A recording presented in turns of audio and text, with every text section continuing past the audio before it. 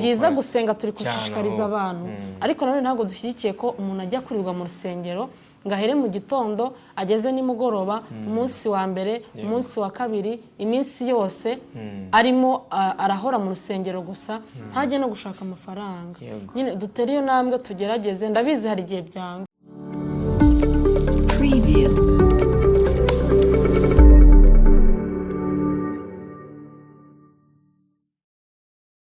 twongeye kubasuhuza inshuti bavandimwe abari mu gihugu abari hanze y'igihugu cy'u Rwanda abari mu mpande enye zigize igihugu cy'u Rwanda mu turere mu ntara enye no mu turere twose tw'igihugu turabasuhuje turagarutse tuje kubaganiriza turi kumwe n'umudamu wanjye ni kuri channel reka dutangire dusenga Imana kugira ngo tubashe kuganira. Mana turagushimiye tugushimiye kugira neza kwawe tugushimiye ko wabanye natwe tugushimiye ko ukiturinze muri iki gitondo turagushimiye tugushimiye ko uyu munsi wabanye natwe tugushimiye ko iki cyumweru gishize cyose twabonye imbaraga zawe twabonye urukundo rwawe ubuntu bwawe n'urukundo rwawe byatubayeho ubuntu bwawe ntabwo wehema kutugumaho tugushimiye wowe wemeye kubambwa ku musaraba kugira ngo tube bazima kugira ngo ubugingo bwacu burokoke muri aya masaha rero turagushimiye ko ukiturinze wagwa icyubahiro tujye kuganira rero turagusabye kugira ngo ururuke uzubane natwe reka abadukurikiye bahabwe umugisha nawe mu izina rya Yesu Kristo Yesu urakoze amen. Karibu shere. Murakoze cyane. Turabashubuje rero tujye kuganira turakurarikira kugira ngo ukomeze ubane natwe. Nibyo. So nanjye ndabashimiye abantu bo kuri Fisi na Karine Imana ibahe umugisha mukomeza gutwereka urukundo uko bukeye nuko bwije Imana ibahezagire cyane turabakunda muri abagaciro. So rero twagarutse kandi dufite ibintu byiza turakwinginze turagusabye ni inyungu zacu ni inyungu zawe kuko hari ibintu byinshi by'agaciro rwungukire muri iki kiganiro waba uri umukristo waba utari umukristo tunakwifuriza ko waba umukristo kuko kuba umukristo ni iby'umumaro. Se shere turarengaho kuba umukristo ni iki? Urakoze ni ikibazo cyiza. Buriya igihe nyine uvuga ngo umuntu ni umukristo ngira ngo na buriya izira uri kuri kamera Israel ashobora kuyoberwa ibyo ari byo. Iyo umuntu uvuze ngo ni umukristo abantu bazi ko kuba umukristo ni ukuba utanywa inzoga ni ukuba utiba ariko nyine dusobanure niba ufite ubusobanuro ariko dusobanure kuba umukristo ni iki ese inyungu zo kuba umukristo ni izihe izo kutaba umukristo nazo ni izihe? Yego murakoze cyane ni ikibazo cyiza umuntu wese yakwibaza ariko gifitiwe igisubizo. First of all ndebere mu Bagalatiya igice cya 6:22 kuba umukristo bivuze kuba uri umuntu wa Kristo. Kuba umunyarwanda ni ukuba nyine uri umwana cyangwa uri umwenegihugu w'u Rwanda ufite za ndangagaciro na kirazira z'u Rwanda no kuba umukristo rero ni ukuba uri umuntu wa Kristo. Ni ukuvuga ngo utari umukristo si uwa Kristo. Exactly. Kuba nyine uwo mukristo tuvuga ni ukuba ufite za ndangagaciro na kirazira za Kristo. Ngo ndebe igice cya 5 5:22. 22. Okay. Aravuga ngo 5:22 aravuga ngo ariko rero imbuto z'umwuka ni urukundo n'ibyishimo n'amahoro no kwihangana no kugira neza n'ingeso nziza no gukiranuka. 23 no kugwa neza no kwirinda ibimeze bityo nta mategeko abihana. 24 abakristo Yesu babambanye kamere n'iruba n'irari byayo. 25 nkomeze oya shatse warekeraho abakristo Yesu abakristo Yesu babambanye babambanye kamere Yego. n'iruba n'irari ryayo. aha hita udusomera na 18 n'abatari abakristo wumve nimba ibyo ngibyo bikora. Ariko niba muyoborwa n'umwuka, Yego. nimuba mugitwarwa n'amategeko. Yego. Ariko niba muyoborwa n'umwuka, nimuba mugitwarwa n'amategeko. 19 dore imirimo ya kamere igaragara niyi: gusambana no gukora ibiteye isoni n'iby'isoni nke. Komeza. No gusenga ibishushanyo 20, no gusenga ibishushanyo, no kuroga, kwangana no gutongana n'ishyari n'umujinya n'amahane no kwitandukanya no kwirema ibice. Yego. Mwabyumvise rero. Abakristo nabo ngabo nabafite ziriya mbuto z'umwuka wera. Umunezero, ibyishimo, amahoro, kwihangana na biriya byose badusomeye kuri 22, 23. Hanyuma abatari abakristo n'abakora ziriya ngeso za kamere. Hanyuma kandi mutse batubwiye ngo abakristo Yesu ni abantu babambanye kamere, ni abantu bapfuye kuri kamere, bapfuye ku ngeso mbi, bapfuye kuri bimwe bya kera. Bivuga ngo umuntu utarapfa kwizo ngeso bavuze n'izindi batavuze si umukristo. Yego. Gupfa ni ukuvuga uwaziretse. Nyine zarapfuye, nta gakizigira cyangwa nta kibikora. Nicyo cyazanye Kristo. Kera twari abanyabyaha, kera ntabwo twari abakristo, kera twari ibivume, kera ntitwari dufite Imana rurema. Ariko ubu ngubu ku bwa Kristo Yesu twahindutse ibyaremwe bishya muri Kristo Yesu. Imana ihabwa icyubahiro. Nibyo twavugaga rero. None turasobanukiwe. Yego. Ndizera ko abantu bose basobanukiwe. Yego. Hanyuma rero dukomeje tugeze tugiye kubabwira topic tugiye kuganiraho y'umumaro. Nawe uri kureba iki kiganiro utanga inyunganizi cyangwa igitekerezo cyawe muri comment uko byumva, kugira ngo turusheho. Nawe urebye iki kiganiro ugireba muri comment, nyine twese dusharing. Ntabwo ari twe bahanga duhari, ntabwo ari twebwe barenze, nyine dukeneye kuganira kugira ngo twungurane ibitekerezo. Yesije iravuga ngo kisheri. Isije iravuga ni gute umuntu ashobora kubalansinga ubukristo, kubalansinga umurimo w'Imana akabihuza n'urugo. Yego. N'urugo ku bantu bafite inshingano, umugore n'umugabo nibo ndi kuvuga. Ni gute bashobora kubalansinga ubuzima bwo hanze ariko bakabubalansinga n'ubuzima n'umurimo w'Imana. Rero hari igihe tunanirwa kubalansinga, tukita ku byo hanze cyane ku kazi. Yego. Nitwita ku murimo w'Imana. Hari igihe twita ku murimo w'Imana, nitwite no ku byo hanze. Yego. Cyangwa se ku byo mu rugo, mu kazi, ku bana, kandi byose bikenewe cyane. Nta kigomba gusiga ikindi ndakeka. Nibyo. Yego. Hanyuma n'urubyiruko rwisangemo, tumva tuvuze gutya ngo bumve ko batarimo, n'urubyiruko birabareba nabo, sibyo? Nyine ni gute umusore, umukobwa ashobora nawe kuba mu buzima busanzwe akaba umusore. Ubusore buragoye, twabuciyemo, abaye umusore n'abaye umukobwa. Kuba umukobwa biragoye, bo noneho baba bafite ibishuko birenze. Yego. Bafite ibintu byinshi bibirukaho, cyane cyane ubusambanyi, cyane cyane ibyaha by'ibiyobyabwenge, ibyaha byinshi cyane. Ni gute rero wabibalansinga ukaba mu buzima bwo hanze kandi ukaba umukristo, kandi no mu nzu y'Imana ukaba uhari, nyine byose ukabibalansinga bikagenda neza. Duhere ku bubatsi. Yego.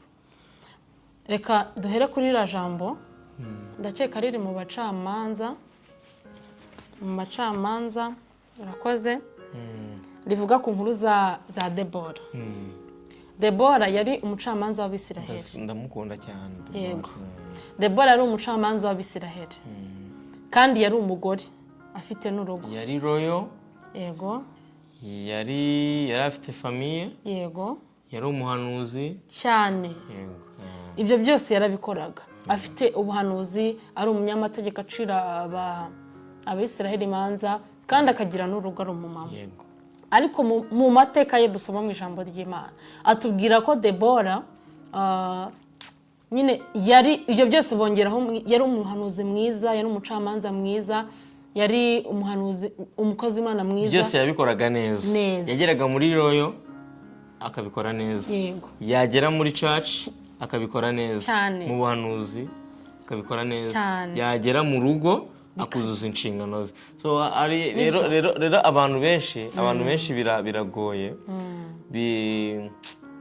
Iri jambo badutubwira ku rusengero nongeye kuritekerezaho, yego, dufite inzitwazo nyinshi cyane, dufite inzitwazo nyinshi. Umuntu aza mu rusengero afite ubuzima bubi, umuntu aza mu rusengero aza imbere y'Imana nta bushobozi afite, yego, Imana yamuha ubushobozi, yamuha akazi, akananirwa balansingi, akananirwa kubalansinga, akabura amateraniro, akabura mu materaniro, akabura mu guterana kwera. So haba habuzemo balansingi. Yego. Ese tutararenga sheri, ubundi guterana kwera cyangwa kujya mu rusengero bifite umumaro cyangwa ni ngombwa? Ni ngombwa. Ni ngombwa kuko ikintu bifasha buriya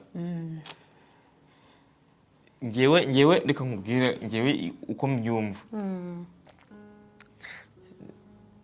Muri Bibiliya sinzi ahantu handitse ngo niba ngo twitabire guterana kwera. Uko iminsi mibi irushaho kuza, turusheho gushaka cyangwa nyine guharanira gushaka guterana kwera. Guterana kwera ni ukujya mu nzu y'Imana, yego, cyangwa no guterana mu rugo waterana. Guterana mu nzu yera, Abisirayeli bajyaga bajya mu nzu y'Imana, tuba rifadi kuri Bible. Buriya rero impamvu guterana ubundi umuntu yagahoze asenga, nyine aterana mu mutima we, aterana no mu rugo iwe, ariko biba binakwiye ko tugera mu nzu y'Imana.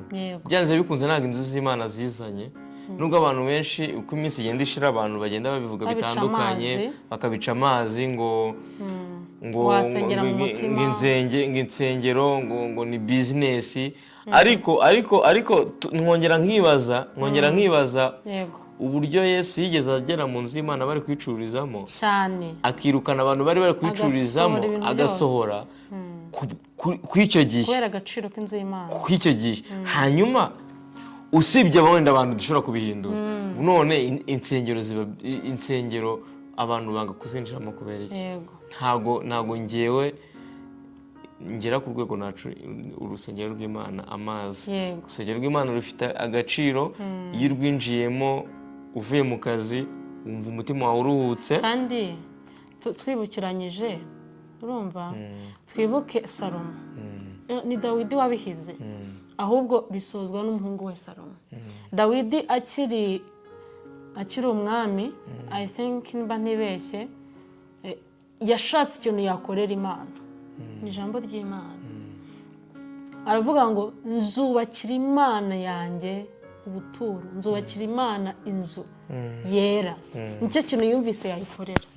Hanyuma kubera ubuzima uko byagiye bigenda, ariko Salomo ni waje kuyubaka, ngo yubaka inzu itangaje, inzu idasanzwe. Niho habaga ubundi isanduku y'isezerano y'Imana, kandi isanduku y'isezerano yabaga idahari.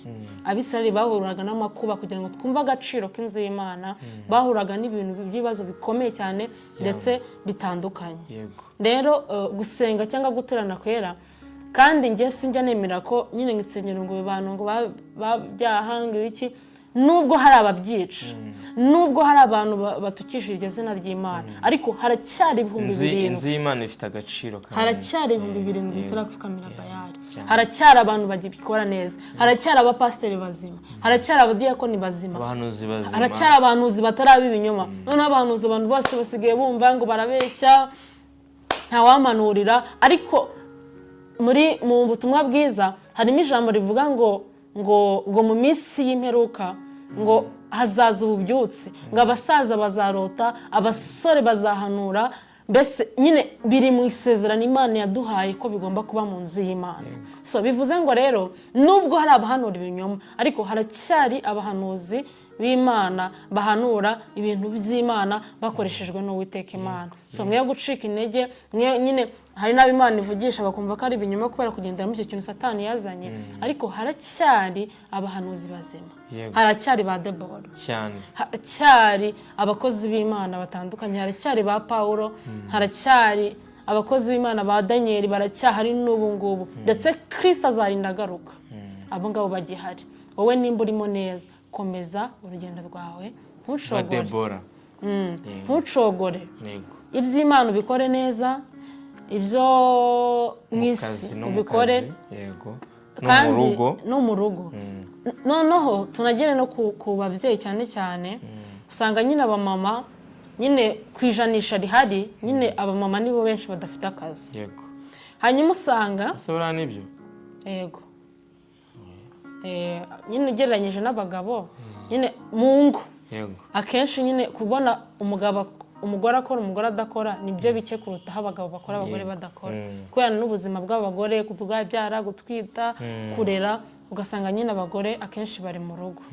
So ubundi tutaranarenga aho ngaho, ese sheri wabwira iki abagabo bajya mu kazi, abagore bakirirwa mu rugo bita ku rugo n'abana? Ndakeka wabonye experience ho turi mu bitaro, urumva twabaga kwa muganga ari wo ba mu rugo, wabonye nyine ibintu biba mu rugo. Nyine n'abagore benshi bagira n'ibikomere, nyine ugasanga umugore yiriwe mu rugo arera abana, birarushya pe, yarera abana. Hari n'abo badafite n'abakozi, kandi n'ufite n'umukozi nawe nyine ugasanga afite mu tuntu twinshi, akirirwa mu rugo asitaragoringa, akora, yita ku bana, mesa, yoza, utuntu twinshi two mu rugo nyine twinshi nyine utanasobanura. None ugasanga nyine umugabo atashyurira umugore, mwe mwamwiriwe mu rugo ntimukora diri nyine, kandi n'abakozi b'Imana n'abakijijwe. So nyine wabwira iki abagabo bumva ko umugore utagiye gukora nyine akazi k'amafaranga nk'ako yagiye gukora, wenda uri mu rugo utarabona akazi, nyine akamufata nk'umuntu nyine udafite umumaro cyangwa w'imburamukoro? Ntago ndabanza mvuge abantu babikora badukurikiye cyangwa uzi umuntu ubikora. Yego. Nabona konje nk'abacuruzi, sibyo? Nk'abacuruzi bazabanze nk'uwo mugabo niba ari umucuruzi azareke gucuruza uwo munsi, yohereza umugore acuruze ibintu yakoraga, yonsa umwana, akarabya umwana, akorope, agere gute, byose abikore. Ngewe ikintu nemera nuko byanze bikunze, ikintu nemera cyo nuko abadamu baravunika. Abadamu baravunika cyane cyane rwose. Yego. So rero bitubere n'isomo. Hanyuma rero turi no kuvuga kuri ako ngako, tugarutse kuri ako twari turimo turavuga, kajyanye no kubalansinga tukagarutseho. Nyine twari turi kubwira mwebwe mwe gucogora, mwebwe mukorera Imana, ariko tunazirikana no gukora. Yego. Imana izaduha umugisha, ariko Yesu yaravuze ngo tera intambwe imwe nanjye ntere 99 ngusanga. Rero muri ubu buzima bwa Gikristo, muri ubu buzima bwo gukorera Imana, n'amasezerano akunda kutugusha cyane, Imana yego yaravuze ngo izaduha umugisha. Hari igihe cy'ibigeragezo, hari igihe cy'ibintu runaka, ariko dukeneye mu by'ukuri no gukora. Ni byiza gusenga, turi gushishikariza abantu, ariko nanone ntabwo dushyigikiye ko umuntu ajya kurirwa mu rusengero ngo ahere mu gitondo ageze nimugoroba, umunsi wa mbere, umunsi wa kabiri, iminsi yose arimo arahora mu rusengero gusa, ntajye no gushaka amafaranga. Nyine dutere iyo ntambwe, tugerageze. Ndabizi hari igihe byanga cyane cyane, ariko nyine hari igihe Imana nyine ireba n'uwo muhati. Ijambo ry'Imana, nkunda nyine kwirefera ku ijambo ry'Imana riri mu butumwa bwiza, naryo rivuga ku mucamanza ngo hari umuntu w'umukene uhora umusaba ngo kumucira, agahora ku rugo rwe, agahora amwirukana, neje akagaruka, ngo arangije ngo kubwo guhora amutitiriza ngo amukemura ikibazo kugira ngo amwikureho.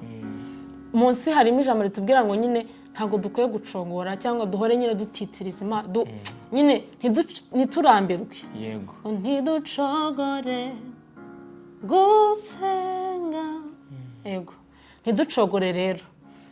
gerageza ubisengere, utere intambwe, nyine ushaka akazi, ushaka uko wakora. njye nemera yuko iyo umuntu ahagurutse akajya gushaka imirimo, yego Imana ishyigikira intambwe ze. yego ariko ntabwo uzirirwa uryamye uri mu kazi, uri mu rusengero gusa ubwo ngo uzabona akazi. Biragusaba no gukoresha imbaraga zawe, ugakora, ukagenda ugakora ibyo ushoboye, ugashakisha. Aribyo twavuga ngo dukwiye kubaransinga, tukabaransinga umurimo w'Imana, urugo, kububatse, ndetse no mu buzima nyine busanzwe no gukorera Imana. So rero numva ariyo nama ngiye natanga. Yego. So tugira ngo tunabwire rero no ku basore n'abakobwa, nabo turi kubabwira hari ibintu byinshi bigoye abasore, umubiri cyane cyane, n'ibintu inshuti mbi, agakungu, ibigare, ibintu byinshi cyane. Noneho hari terime Satani akoresha nka strategy yo kubwira abantu ngo nta murokore ukibaho, muri bose barabikora, ese ubundi ibintu whatever. Ariko muzirikane aka kantu, haracyari 7,000 ahantu hose bitarapfukamira bayari. No mu basore rero wikumva ko abantu bose ibyo ukora babikora, wikumva ko ibyo ukora byose abamukobwa bose babikora. Oya, ahubwo rwana ishyaka ryawe, ukiranukira Imana, unasenge, unakore, Imana izaguha umugisha. cyane cyane. Turabashimiye, turumva twabashimira, turi kumwe Fils na Carine. Turabona iminota irangiye, amasaha aragiye. Turabashishikariza yuko mwakomeza kudukurikirana. Imana ibahe umugisha, mugire umunsi mwiza. Murakoze cyane. Amen.